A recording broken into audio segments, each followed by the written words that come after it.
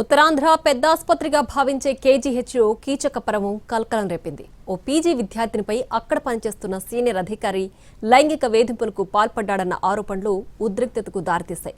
దీనిపై స్పందించిన మహిళా కమిషన్ చైర్పర్సన్ శైలజ ఆసుపత్రిని సందర్శించి విచారణలో జాప్యంపై ప్రశ్నించారు.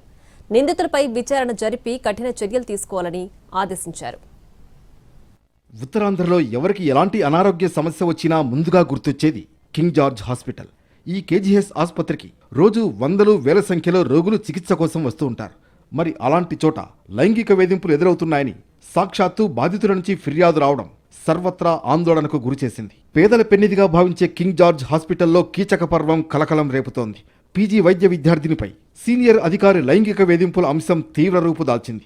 లైంగిక వేధింపుల ఆరోపణలపై కేజీహెచ్ సూపరింటెండెంట్ వాణి ఆధ్వర్యంలో కమిటీ విచారణ జరుగుతోంది.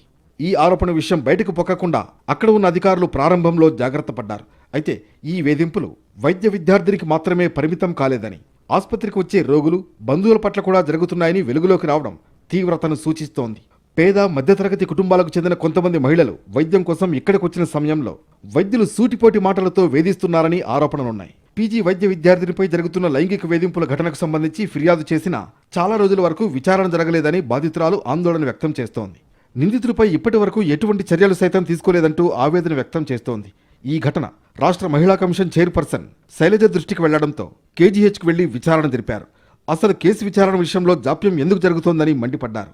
సీరియస్గా విచారణ జరిపి ఆరోపణలు నిజమైతే తగిన చర్యలు తీసుకోవాలని ఆదేశించారు. ఆ అమ్మాయి ఏం రాసిందంటే మాకు లెటర్, నేను ఇలా మా బాబుని తీసుకొని వెళ్ళాను ట్రీట్మెంట్కి కేజీహెచ్కి.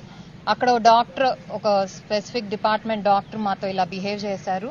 డబ్బులున్న వాళ్ళం అయితే మేము ఇక్కడికి ఎందుకు వస్తామండి, లేకే కదా మేము వచ్చేది, అలాంటిది మమ్మల్ని ఇలా చేయటం తప్పు. అలాగే షీ ఆల్సో మెన్షన్ దట్ ఆ డాక్టర్ అక్కడున్న రెసిడెంట్ డాక్టర్స్, మెడికల్ ఆఫీసర్స్తో కూడా ఇలా బిహేవ్ చేస్తున్నారని చెప్పింది ఆ లెటర్. సో మేము మెయిల్ పంపించాను, నేను ఇప్పుడే లోపల అడుగుతున్నాను సూపరింటెండెంట్ గారు. మేము August 18th మెయిల్ పంపించాము, September 4th రిమైండర్ పంపించాము.